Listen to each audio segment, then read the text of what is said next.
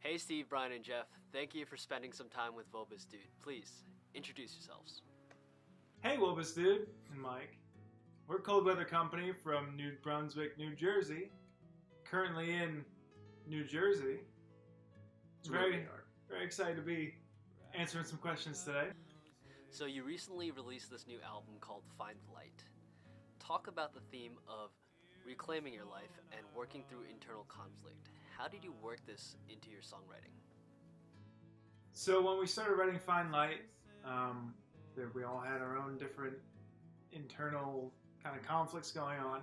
And we didn't really expect that by the end we would notice that pretty much all the songs in one way or another had that balance of positive versus negative, light versus dark, and it made sense to kind of combine those as well as we could and just say that overall it's a kind of motivating experience, a journey. Each song is trying to recognize the importance of finding light in your own life.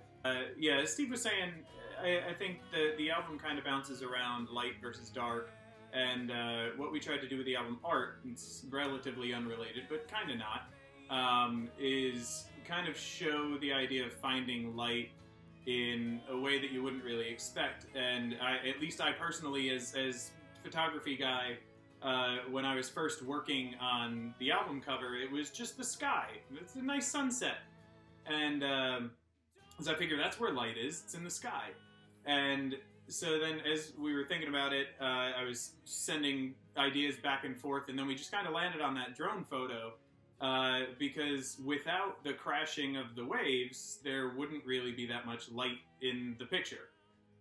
So the idea of finding light within chaos kind of became the theme, at least for me personally, finding light where you may not think to look for it. And so, and I think that that's the journey for a lot of people is, you know, there's not really a single aha moment. There's a process. It's a journey to find that light, and whatever that light may be.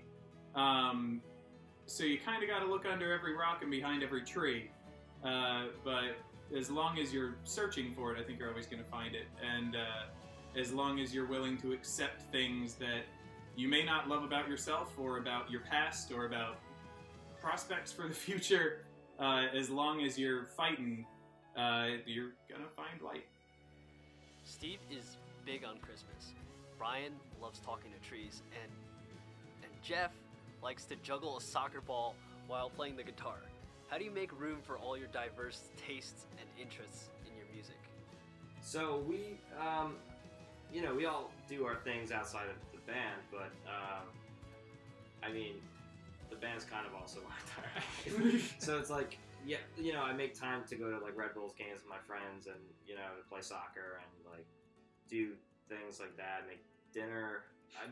To be honest, it's just like we have to do things during the day, and then it's like nighttime. It's like, okay, let's it's a lot of just play music. A lot of time management and trying to work in. I think that the reason we've made music work is because we've also been finding ways where we can keep doing what we're doing and mix in the different things. So like Jeff plays soccer, and him being able to toss a soccer ball into some fun videos has made it kind of more exciting in that respect. And we've done some fun things with that. I mean, there's always... Oh, that's so true. Like, we all combine our, like... No, especially with the soccer thing, but also with Brian and photography, and that's a given. I should have let you start the answer. Well, I was just going to jump in at some random point. Think about that. Well, if it's connected, yeah, go ahead, Brian. I was just... we're obviously three very different people, and I think that there's also a thing, not that we're in some like huge lofty place, but when a lot of people only know you through music, or like when I think of bands, I don't think of what they do in their free time, and you don't. Steve does.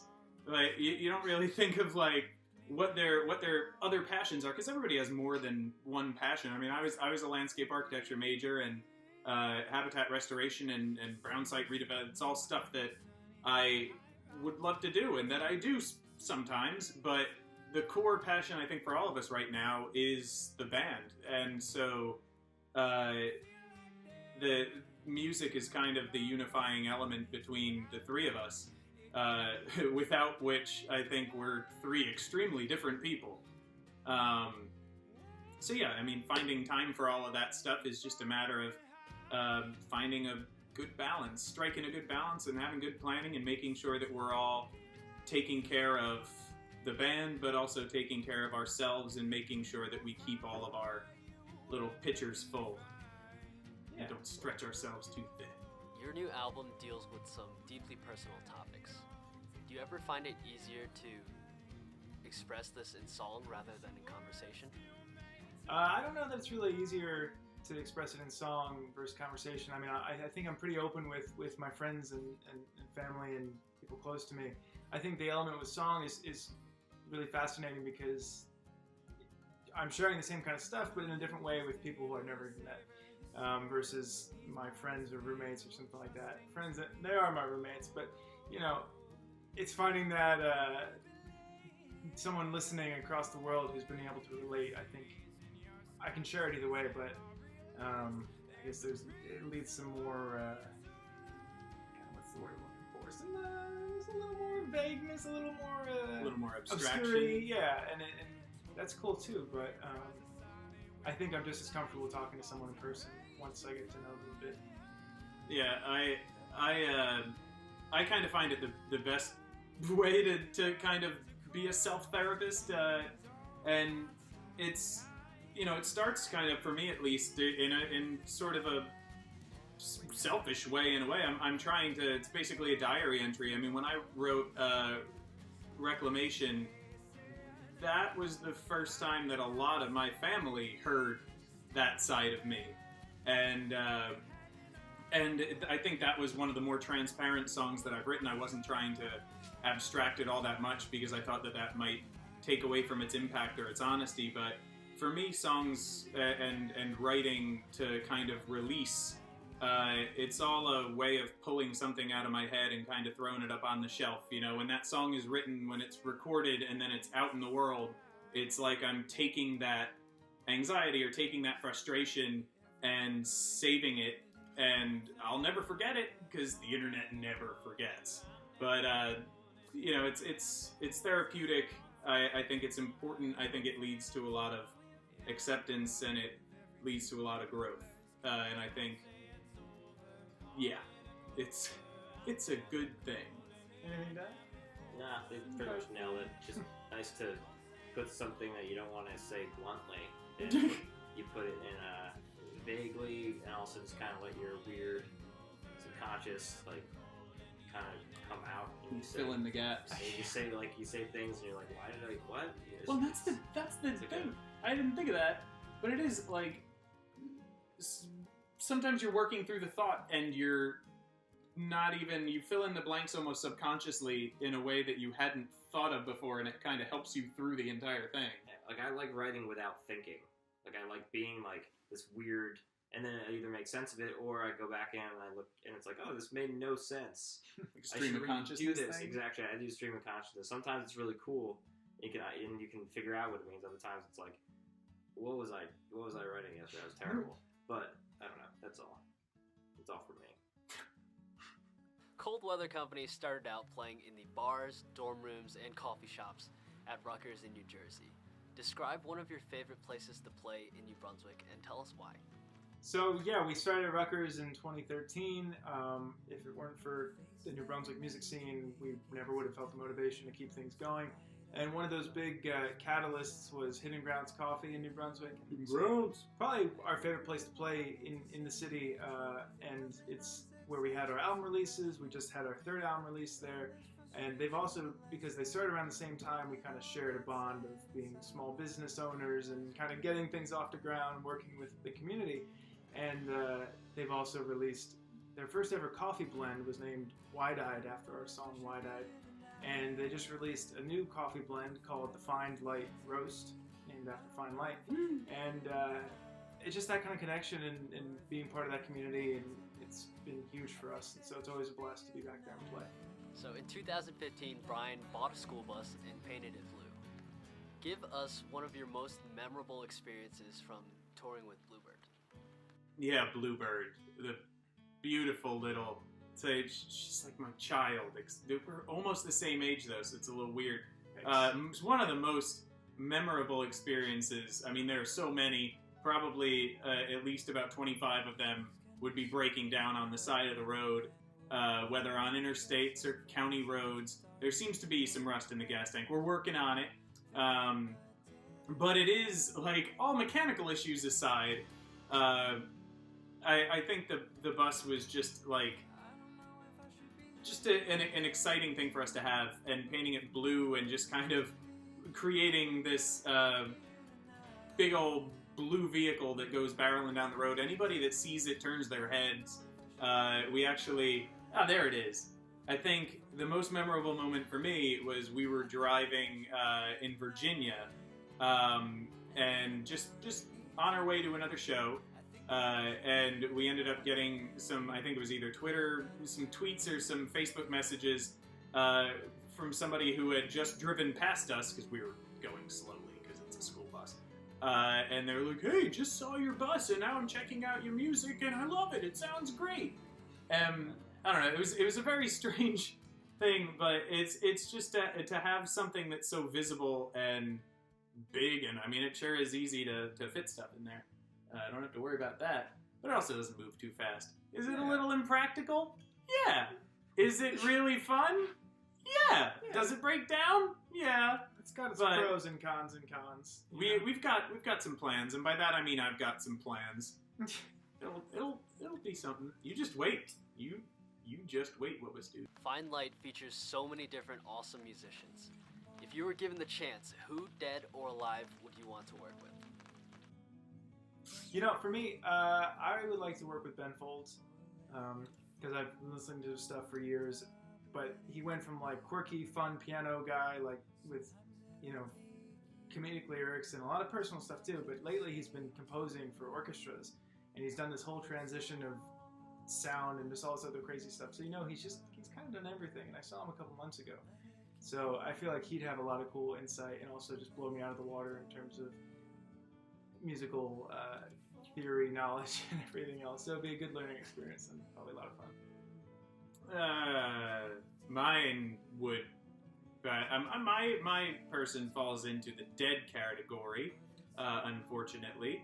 And also, I don't know how productive it would be, but I think that I would probably try to work with Luciano Pavarotti, who's kind of everybody's favorite opera voice, but definitely mine. I think that the power and emotion he was able to convey while standing basically still and having this thunderous voice that could move mountains, he was so emotive. And I just love to learn from him when it comes to vocal technique, but also just kind of see what's going through his head when he was able to hit those famous high C's. And that's not the fruit punch or the orange drink, but like the note in music, the high C. But yeah, Pavarotti is the man. So I want to say Tom York from Radiohead, but I feel like if that were to happen, then it would get too, like, I would start being like, "Guys, look at this," and Brian would be like, Not Dave? I want to say Dave Matthews, but that's a given. I kind of went for this second. Mix it up. Yeah, so I mean, obviously, the real answer is Dave Matthews. Brian just spoiled it. But, we didn't actually, so I'm just joking. But, no, Tom York, he's a genius, and he'd probably, I don't know, he'd probably yell. In 2014, you released your first song together.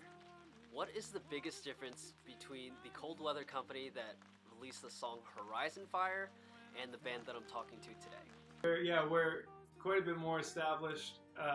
We have more of an idea what we want out of the band. I think when we started, we just wanted to write, we put out a song, we weren't expecting it to kind of get where it did.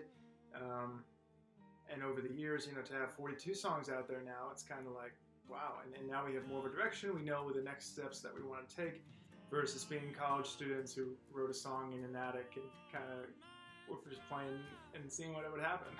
Yeah, We've matured. I think we're more mature now. I think it's less of a, "Hey man, you want to jam in my attic?" That's what he said. He said, yeah, anytime I tell this story to people and I say, yeah, we met at an open mic, and Jeff asked me if I wanted to jam sometime, and I'm like, it just, no one says that anymore. one does. I think I personally, at least, you know, when you're starting out and when you're, I'm the old guy in the band. I'm almost 29. Whoa, But, so old. yeah, I know. I mean, I got a foot in the grave, but it's fine. It's not my dominant foot. But I think I always had this idea that when I was younger, that you write a good song and then that's all you gotta do. Nope. Like, oh, you release the song and it's good and people like it, and then For some people, then you're on the path. For some people, that's how it works because they're And ready. yeah, some people get super lucky, but I think there was just so much preparation, so much organization that Steve was talking about that we had to do to start making this into something that could grow. Because if we were just three guys that just sat in a dorm room all the time writing songs and didn't really put the effort into everything else, we probably wouldn't be talking to you. So it's just a lot of dedication, a lot of conviction, and other synonyms, and it's just it's a lot of work, but Perseverance, it's also a lot of fun. determination. Motivation. What's next for Cold Weather Company? Next for us, now that the album's out there, the third album, we're trying to set up as many shows as we can and ideally set up another tour over the coming months. We haven't been on a lengthy tour in a couple years. So outside of playing in New York, Philly, DC, Boston markets, we kind of want to get into more areas that... I know, I recognize... Play Boston I Market. recognize that putting market after Boston makes it Boston market. I kind of like it. Hopefully we can get international one day and play. It'd be incredible to play in Europe and just kind of continuing to take this band as far as we can take it. That's the simplest way to say it. Just run it straight into the ground. Whatever happens, As far as we can we're just too journey to motivated. the center of the earth. We're just gonna see what happens. Before we go, where can we send people to listen to your stuff and to support your band? So if you like to listen to our music, new or old, you can find it on pretty much every streaming site, you know, like Spotify or iTunes, for instance. You can also connect with us at coldweathercompany.com. You can find us on Facebook. You can go to @coldweathercompany on Instagram or @coldweatherco on Twitter. And you can Google us. You know, just Google Cold Weather Company. You'll get some weather reports. You'll get some music. It's a good trade-off. So, We finally beat our competitor. yeah. So thanks, WoBistDude, for having us, and we hope to see you soon, and hopefully we can play in Europe one day. Bye, thanks. Bye.